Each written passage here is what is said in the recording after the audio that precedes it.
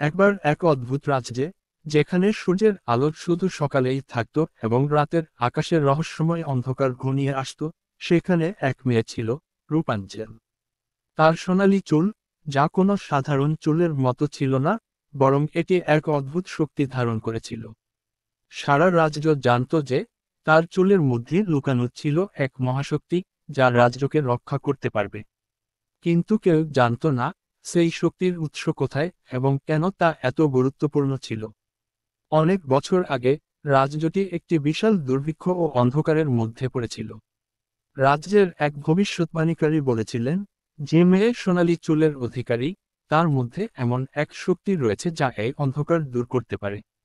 এই কথা শুনে রাজা এবং রানী তাদের সদ্যজাত কন্যাকে গোপন করে রাখার সিদ্ধান্ত নেন, যাতে পিশাচিনী নামক এক দুষ্ট জাদুকরী তার শক্তি দখল না করে ফেলতে পারে।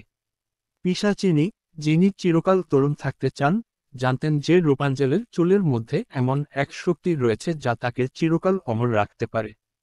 এক রাতে পিশাচিনী রাজপথ দখল করে রূপাঞ্জলকে নিয়ে চলে গেল এবং তাকে একটি গভীর মিনারে বন্দী করে রাখল। রাজযোগে অন্ধকারে তলিয়ে যেতে দিতে পিশাচিনী তার সর্বোচ্চ চেষ্টা করছিল। বছরের পর বছর ধরে রূপাঞ্জল মিনারের এক কোণে বসেছিল।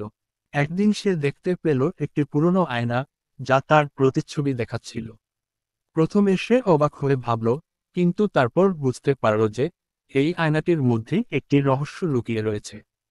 তার সোনালী চুল, যা কখনো অন্ধকারে হারিয়ে যেত না, এক বিশেষ আলো ছড়িয়ে দিয়েছিল এবং সেই আলো আয়নায় প্রতিফলিত হয়ে এক অদৃশ্য সংকেত তৈরি করছিল।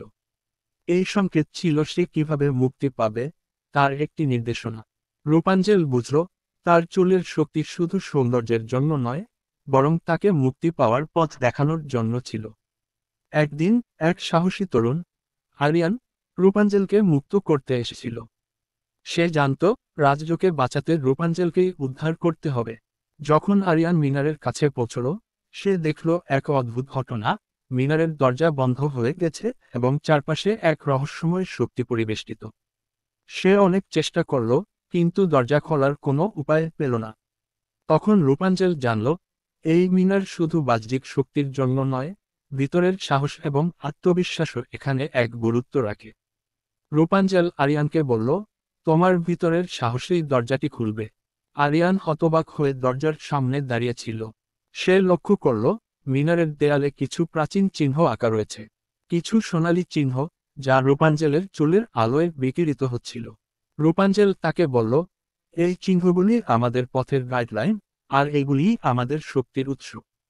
আরিয়ান সাহসীভাবে এক এক করে চিহ্নগুলো স্পর্শ করতে শুরু করল। অবশেষে একটি বিশেষ চিহ্নের উপর আঙুল রাখতেই দরজা খুলে গেল। কিন্তু ঠিক তখনই মিনারের মধ্যে এক বিশাল ঝাঁকুনি অনুভূত হতে লাগলো। অদৃশ্য শক্তি তাদের পথ রোধ করতে চাচ্ছিল। পিশাচিনী তাদের পথ বন্ধ করতে একটি ভয়ঙ্কর জাদু তৈরি করেছিল। সে একটি সুড়ঙ্গ তৈরি করেছিল, যেখানে ভয়ানক দানব এবং জাদুর অন্ধকার শক্তি তাদের সামনে আসছিল। রূপাঞ্জল এবং আরিয়ান একে একে এই শক্তির মোকাবিলা করছিল, কিন্তু সুড়ঙ্গের প্রতিটি মোড়ে নতুন একটি বিপদ অপেক্ষা করছিল। রূপাঞ্জল বুঝতে পারল, তাকে শুধু বাহ্যিক শক্তি দিয়ে নয়, তার চুলের অদ্ভুত শক্তি দিয়ে এই অন্ধকারকে পরাস্ত করতে হবে। সে তার সোনালী চুলের আলো জ্বালিয়ে অন্ধকারে একটি পথ খুঁজে বের করল। অদৃশ্য দেয়াল ভেঙে দিয়ে তারা সুড়ঙ্গের মধ্যে এগিয়ে যেতে লাগল। শেষে তারা পিশাচিনীর দুর্গে পৌঁছল, যেখানে পিশাচিনী তাদের জন্য এক ভয়ঙ্কর আক্রমণ প্রস্তুত করেছিল। পিশাচিনী হাসতে হাসতে বলল, তোমরা কি মনে করো এই শক্তি দিয়ে আমাকে পরাস্ত করতে পারবে? তবে রূপাঞ্জল জানত, তার চুলের সোনালী আলো এবং সাহসিকতা একে অপরের সঙ্গে জড়িয়ে রয়েছে। সে তার চুলের শক্তি ব্যবহার করে পিশাচিনীর সমস্ত অন্ধকার শক্তি পরাস্ত করল। এক বিশাল আলোর বিস্ফোরণ ঘটে, পিশাচিনী পরাজিত হয়ে গেল এবং রাজ্য থেকে অন্ধকারের শক্তি বিদায় নিল।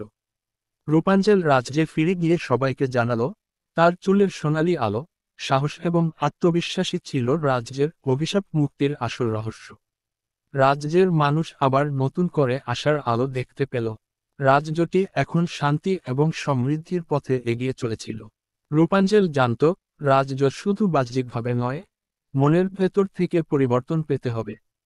সে রাজ্যকে ভালোবাসল, এবং তার শক্তি ব্যবহার করে শারীরিক এবং মানসিকভাবে সকলকে অভিশাপ থেকে মুক্ত করল। রাজ্য এখন এক নতুন সূর্যের আলোয় উদ্ভাসিত হয়ে উঠল। এভাবেই রূপাঞ্জেল তার সাহস এবং আত্মবিশ্বাস দিয়ে রাজ্যকে মুক্ত করল এবং একটি নতুন যুগের সূচনা ঘটাল।